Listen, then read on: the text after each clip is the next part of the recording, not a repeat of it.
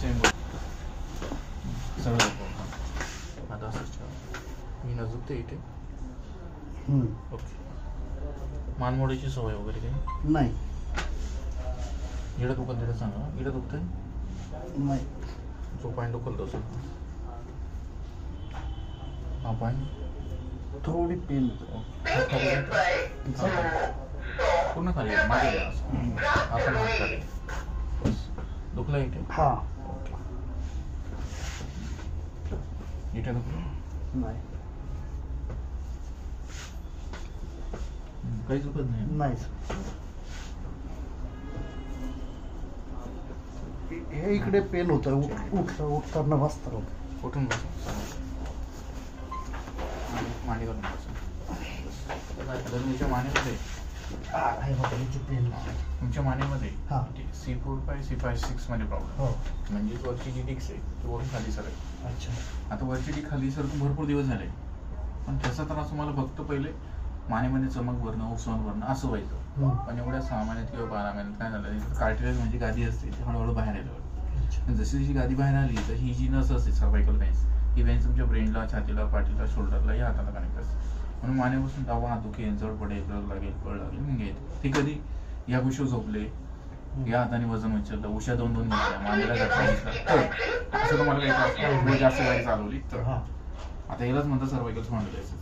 ही जी Wien ब्रेनला connect असते त्याच्यामुळे मायग्रेनचा त्रास होतो आरड डोकं दुखतो आणि ही छाती दुखते. इकडे काही दुखणार नाही इकडे दुखेल पण हे दुखतंय तुम्हाला पण नाही माहित. कधी कधी जाणवतं. त्यालाच म्हणतात सर्वायकल स्पॉन्डिलायसिस. हा झाला पहिला. तसं दुसरं तुमच्या कमरामध्ये L4-L5 मध्ये प्रॉब्लेम आहे पण त्याच्यामध्ये जे एवढं आहे तेवढं वाटत नाही मला पण गॅप भरपूर आहे. त्याच्याला तसं कार्टिलेज बाहेर आलं. ज्यावेळेस तुमच्याकडनं हार्ड वर्कआउट होतं वजन उचललं जातं चुकीचे मुवमेंट होते चुकीचं बसलं झोपलं जातं तेव्हा कमराचा किंवा पायाला त्रास होतो. म्हणजे पाय जास्त तुम्ही मांडी घातली जास्त गुडघ्या बसले जास्त रनिंग झाली चालणं झालं तेव्हा पाय त्रास देत असेल कळ लागणार रग लागणार मग येणं असं. आता त्यालाच म्हणतात सायटिका प्रॉब्लेम. त्याच्यात पण तसंच कार्टिलेज बाहेर आलेलं पण एवढं प्रमाण नाही. पण जसं जसं प्रकार वाढत जाईल जसं तुमच्याकडनं चुका होतील तो प्रकार वाढत जाईल. याला 3 सेटिंग नंतर फरक पडेल 10 दिवसात कव्हर होईल पण 20% तुमचा हा आजार मरेपर्यंत राहणार. 20% म्हणजे काय तुम्ही ज्या दिवशी मी सांगितलेल्या चुका केल्या हा त्रास परत होतो. म्हणजे चुका काय ते सांगतो. मानेसाठी नियम आहे उशा 2-2 घेणं काय सगळं मान पूर्ण बंद पुढची 3 महिने डाव्या कुठे झोपायचं.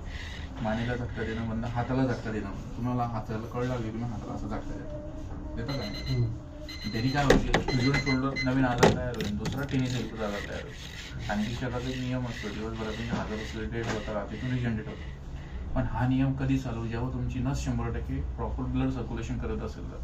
पण ब्लड सर्क्युलेशन करत नाही पण तुम्ही सेल्स डेट करताय पण ब्लड सर्क्युलेशन त्या प्रमाणात नाही झाल्यामुळे सेल्स लिमिटपेक्षा जास्त असल्यामुळे ब्लड सर्क्युलेशन न झाल्यामुळे जी जास्त प्रमाणात होतं. तसंच कमरेसाठी दुसरे नियम पालतू झोपणं बंद 30 डिग्री बसणं किंवा झोपणं बंद. 30 डिग्री म्हणजे कसं तुम्ही काय म्हणता खुर्चीवर बसले पुढे घेऊन टॅबलेट ठेवून खुर्ची ठेवून बसता झोपता त्याच्याने हा प्रकार वाढतो. थोडे दिवस जास्त मांडी घालणं किंवा बसणं बंद किंवा कमी करा. जाड गादी जाड सोप्यावर झोपायचं नाही म्हणजे बसल्यानंतर खड्डा पडेल असं किंवा कुबडं बसणं टाळ.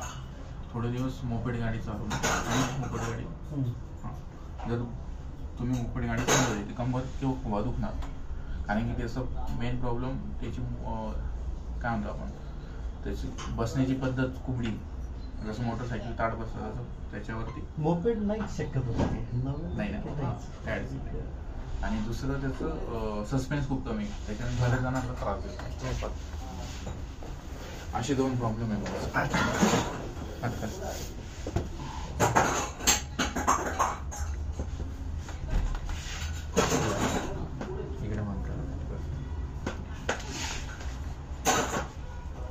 मी 8-10 दिवसापासून सायकलिंग करतो ना ओके त्यामुळे झालं की काय असं मला डाऊट होता. माझ्याकडे गॅप आहे ना गॅप हा जुना आहे खूप. अच्छा. पण त्याच्यातलं जे कार्टिलेज याच्यामध्ये लिमिटपेक्षा जास्त काहीतरी वर्कआउट झालं त्याच्यामध्ये सूज वाढली का हे त्रास आहे. भविष्यामध्ये पण तुमच्याकडनं काहीतरी चुकी झाली कमरात सूज वाढली तर पूर्ण पाय त्रास होईल असं. म्हणजे हे आता झोपलेलं आहे असं समजा हे तुमच्या हातात आहे.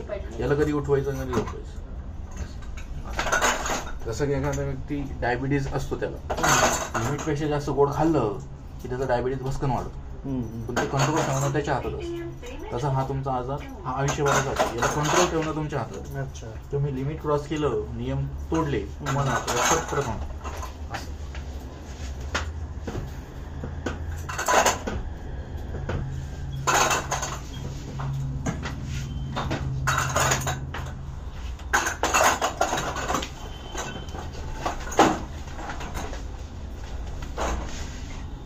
इकडे मान.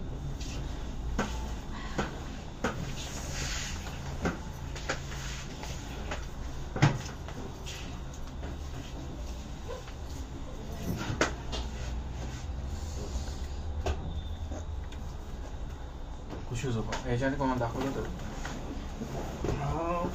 चौधरी डॉक्टरकडे गेलो होतो, नाश्ता कुरकुरे सरांकडे, पण मानेसाठी. नाही, इकडे इकडे इकडे कमरेसाठीच. कंबर आणि हे इकडे इकडे इकडे. अच्छा, याच्या इकडे ना हातात कमरा ठेवा, त्याला जाळी सोडू नका, फक्त घाबरू नका. रिलॅक्स. Same position. पाय इकडे, डोकं इकडे, तिकडे तिकडे इकडे डोकं.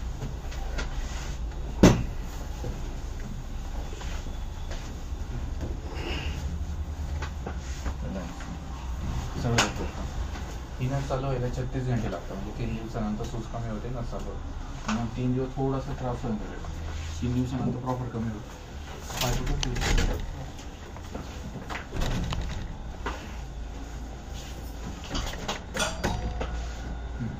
खाली मग रिलॅक्स.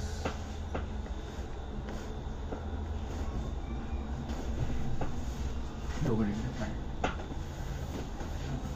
बाहेर गेलं. उजव्या साईडला काही त्रास होत नाही.